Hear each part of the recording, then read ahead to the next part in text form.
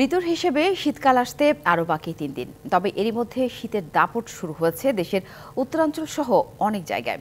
দুদিন ধরে রাজধানীতেও পাল্টে গেছে চিত্র। রাত এবং সকালে শীতের হাওয়ায় জুবুথুবু নগরবাসী। ২৪ ঘন্টার ব্যবধানে চুয়াডাঙ্গার তাপমাত্রা ৪ ডিগ্রি সেলসিয়াস কমে রেকর্ড হয়েছে ১০.২-তে। বৃহস্পতিবার ভোর থেকে ঘন কুয়াশার কারণে মহাসড়কগুলোতে হেডলাইট জ্বালিয়ে যানবাহনগুলো চলাচল করতে দেখা গেছে।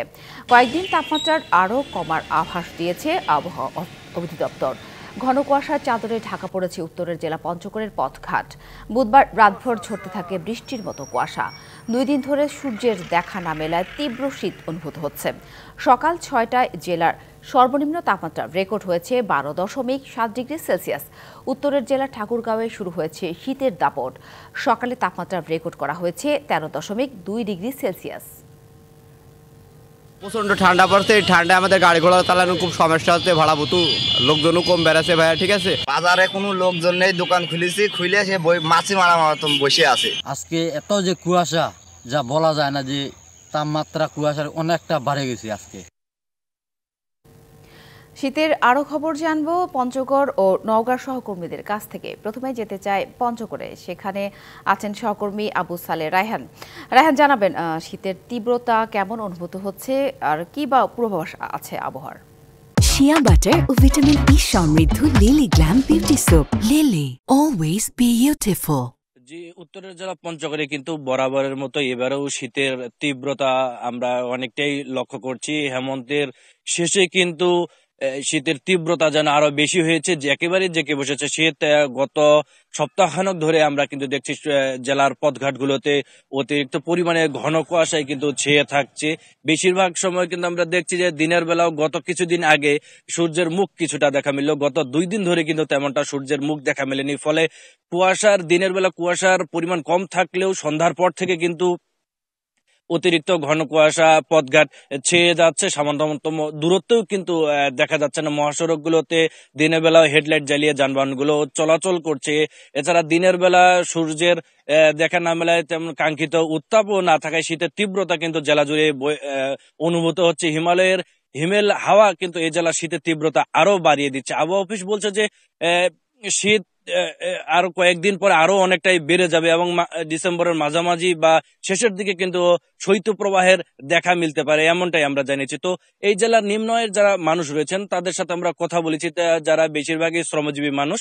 তো তারা এই শীত উপেক্ষা করে ঘন কুয়াশার মাঝে কিন্তু কাজের সন্ধানে অনেকেই বের হন। অনেকেই যদি কাজের সন্ধানে বের হতে কিছুটা দেরি হয়ে যায়, অনেককে কাজ না পেয়ে ফিরে আসতে হয়। এই শীতে কিন্তু তাদের দুর্ভোগের আসলে শেষ নাই। এখন পর্যন্ত জেলা প্রশাসনের পক্ষ থেকে কিন্তু তেমনটা শীত বস্ত্র বিতরণের বিষয়টি আমরা লক্ষ্য করিনি। তবে বেসরকারি পর্যায়ে কিন্তু গতকাল জুলাই স্মৃতি ফাউন্ডেশনের সাধারণ সম্পাদক সাজিদ আলমের পক্ষ থেকে ২,০০০ শীত বস্ত্র নিম্ন আয়ের মানুষের জন্য বিতরণ করা হয়েছে। এছাড়া অন্যান্য স্বেচ্ছাসেবী সংগঠনের মাধ্যমেও জেলার শীত বস্ত্র বিতরণ অব্যাহত রয়েছে। তো এই শীতে আরো শীত কয়েকদিন পরে আরো বাড়তে পারে বলে আবহাওয়া অফিস আমাদেরকে জানিয়েছে। তো এই ছিল আমার কাছ থেকে পঞ্চগড়ের সর্বশেষ খবর।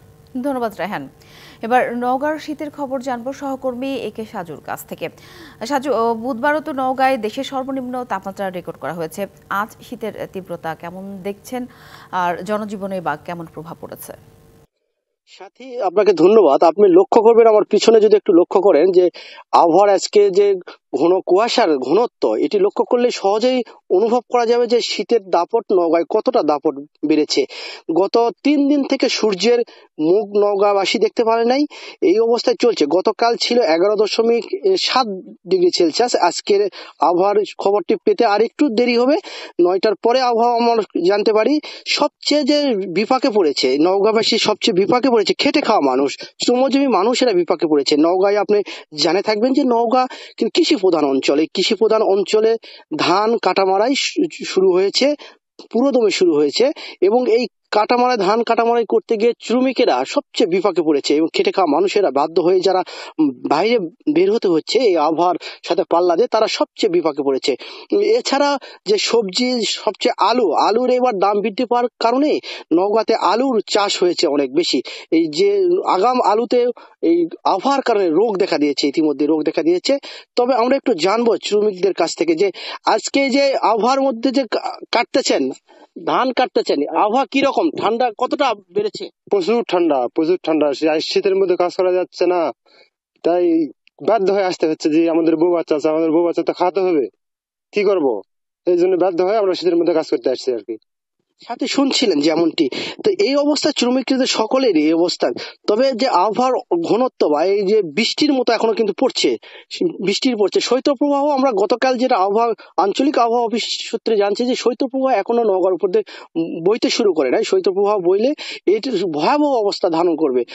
এই অবস্থা চলছে নওগাঁতে। তবে শীতের যে শীতবস্ত্র বিতরণ যেটা শুরু হয়, এখনো সরকারিভাবে বা বেসরকারিভাবে আমরা নওগাঁতে এখনো কিন্তু দেখতে পাই নাই যে কোথাও শুরু হয়েছে শীতবস্ত্র। এই জন্য ছিন্নমূল মানুষ যেটি সবচেয়ে বিপদে পড়ছেন, যারা শীতবস্ত্র বিতরণ করেন তারা আগে ভাগে থেকেই শুরু করবে এমনটি প্রত্যাশা তাদের। এমনটি ছিল নওগাঁ থেকে। সাথী, ধন্যবাদ সাজু, ধন্যবাদ রায়হান।